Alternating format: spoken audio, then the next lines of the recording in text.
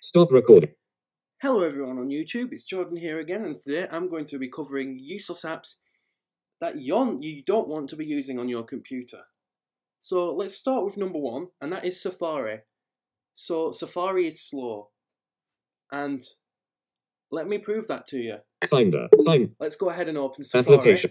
Safari. Open. And it just hangs. It doesn't do a single thing. We can wait a minute and it won't open properly. So I am still waiting.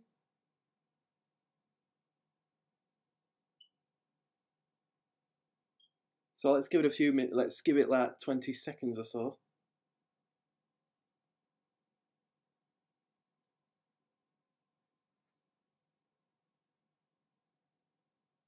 Safari, busy. Start page, window, toolbar. You are current. Now that took ages to load. So Customizations, but custom. While some people may like it, I've used it before at college and it is into the search bar icon. Open location. So let's give it a website test. Live.com, Outlook.com. Unselected. Insertion at beginning of text. Look live.com. Safari busy. Outlook. Free personal email and calendar. That took ages. 20 links. In my opinion. It's 10 heading. Cap. It runs it exactly the same. Outlook. It's Cap. exactly the same speed as Internet Explorer. So let's close out this useless browser. Quit Safari. Finder. And QuickTime Google Chrome. I've got Chrome open Hold here, so let me just quit Chrome. Chrome has new window. And reopen it again. Dimmed. Finder. Applet. GarageBand. At Google Chrome. So let me open Chrome. Open. Now you're going to notice a big boost in performance when Chrome opens. So let's just wait a while for it to open. Because unlike Safari,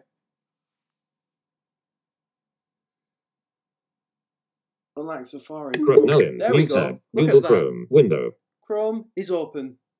Address and search bar. Edit text. Caps. It didn't take too long. So, yeah, Chrome, Microsoft Edge, Mozilla Firefox, Maxton, they're your better alternatives to Safari. Number two is Clean My Mac X. Now, I hope you don't have this on your Mac because it's a piece of malware in my opinion. Clean My Mac X is developed by a company called MacPo. The only software I recommend you run from them is a software called the Unarchiver, which is an archiving tool. It's a pretty useful tool, and it's pretty awesome for what it can do.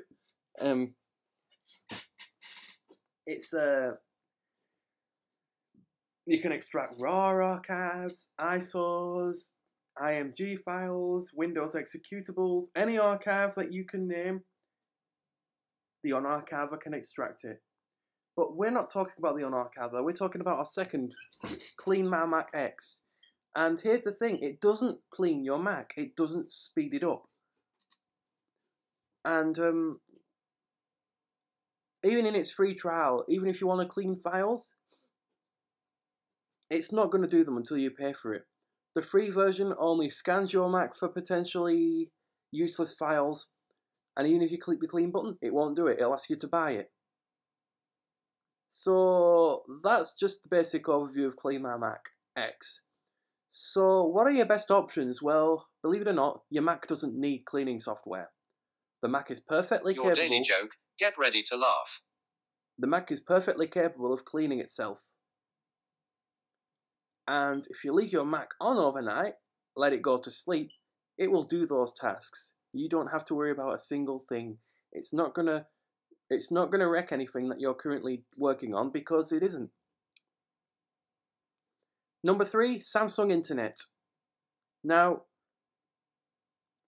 let me just get this out of the spot.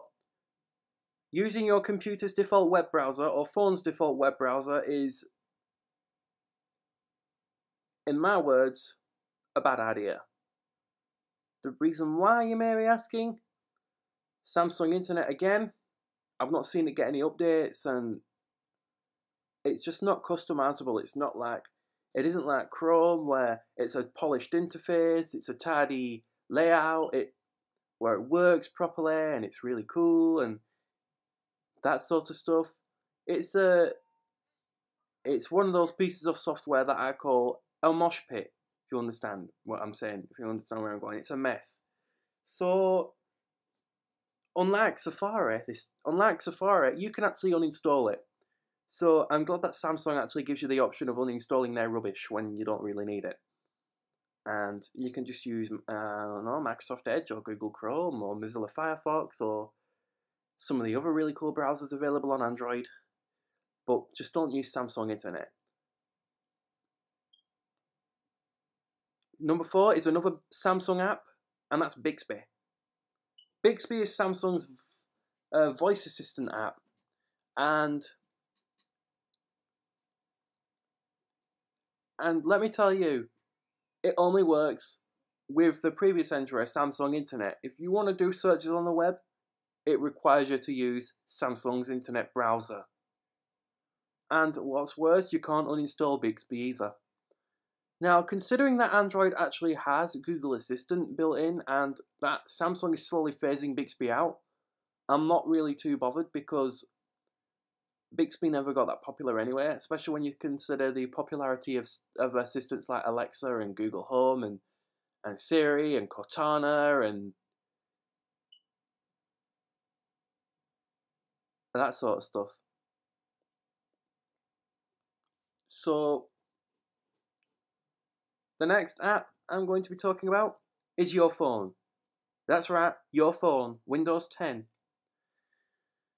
Not every phone will allow communication with the Your Phone app. The app is supposed to communicate with your phone, sync your phone's notifications, sync your contacts, your photos, your call logs, and your files.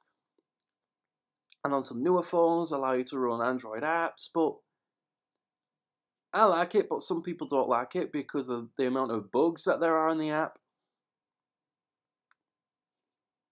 But this is still an ongoing project, so who knows? It might become useful when you need it. So it's a pretty useful tool to have when you need it.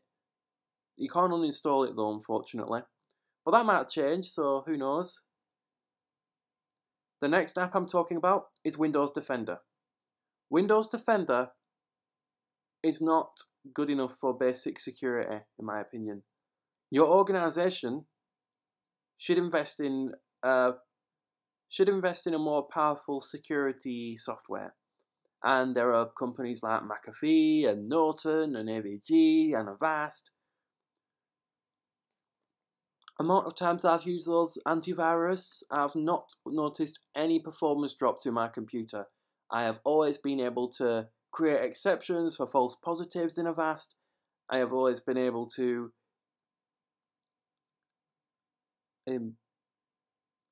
open my antivirus to do regular monthly scans. It scans your computer quite quick compared with Windows Defender.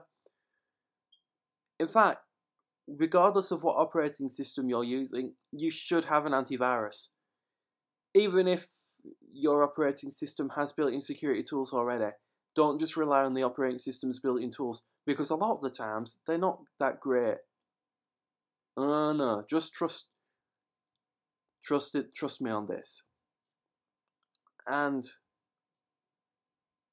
the reason why a lot of these cyber attacks happen to unprepared individuals or companies is because they're not using up-to-date security software.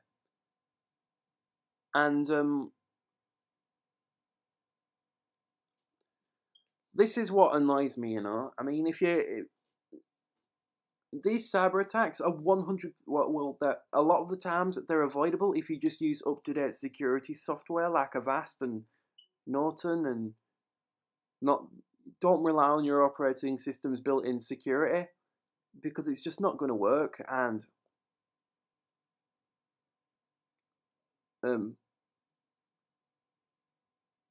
a lot of the time I end up switching to a more manageable antivirus, like Avast, for instance. I mean, consider this: if you want a really good antivirus, go for one that actually works. Go for one that you can see in your system tray. You can see it's working. You can actually see what it's scanning, and even better, you can run a malware scanner alongside it, like Malwarebytes as well, because Windows Defender doesn't have that sort of stuff. It doesn't have anti-malware.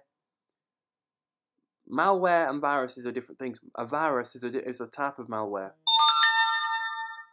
So all Windows Defender is going to do is detect only viruses. Meanwhile, Avast has anti-malware, anti-spyware, anti-spam. If you've got McAfee and you use Microsoft Outlook, you get a McAfee anti-spam folder, so it can detect spam emails. So you can rely on McAfee if you want, or use something like Avast. But personally, I'd recommend Avast over Windows Defender.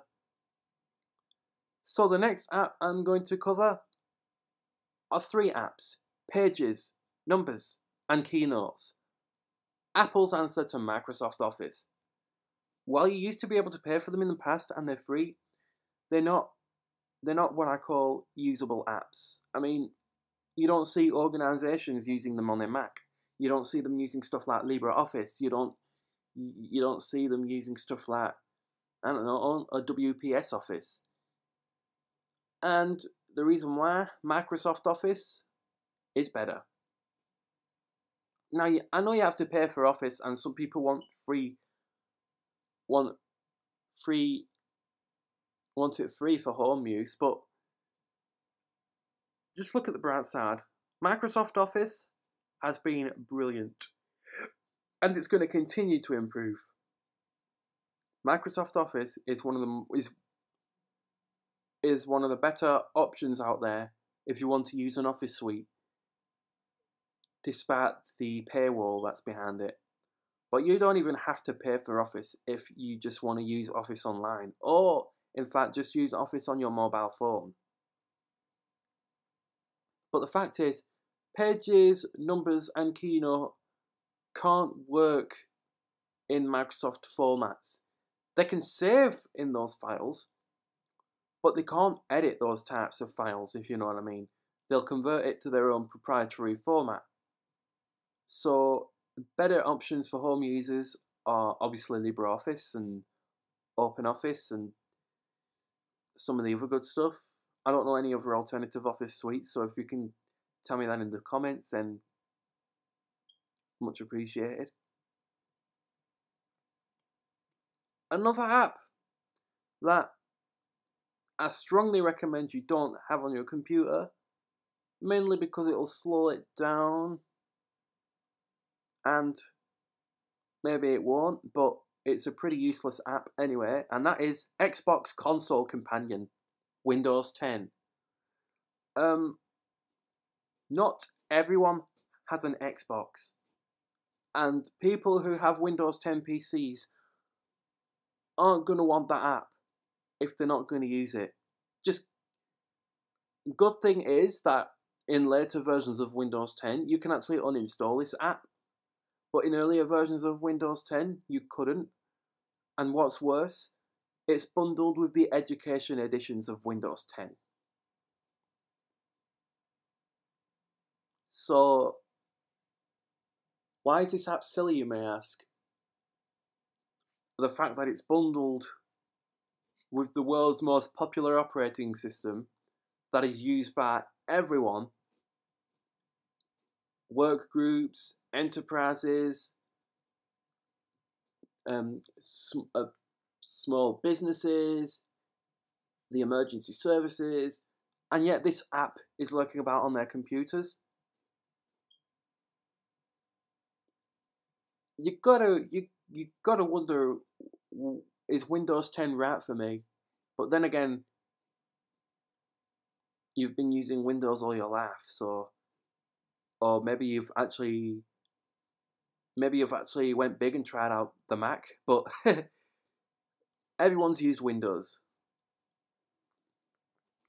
and has had a brilliant experience up until this app made an appearance. So the good thing is now you can actually uninstall it, along with most of Microsoft's pre-installed apps, including Groove Music, Films and TV, Paint 3D, Snip and Sketch, Mixed Reality Viewer, which is now known as Mixed Reality Portal. So it's pretty much worth it. And the final app, particularly if you use other cloud storage providers, is like Dropbox. Graphical configurable talking cow. 9 o'clock. It's 9 o'clock. Thank you very much. I've got some reminders for Monkey Bob and Bananasaurus.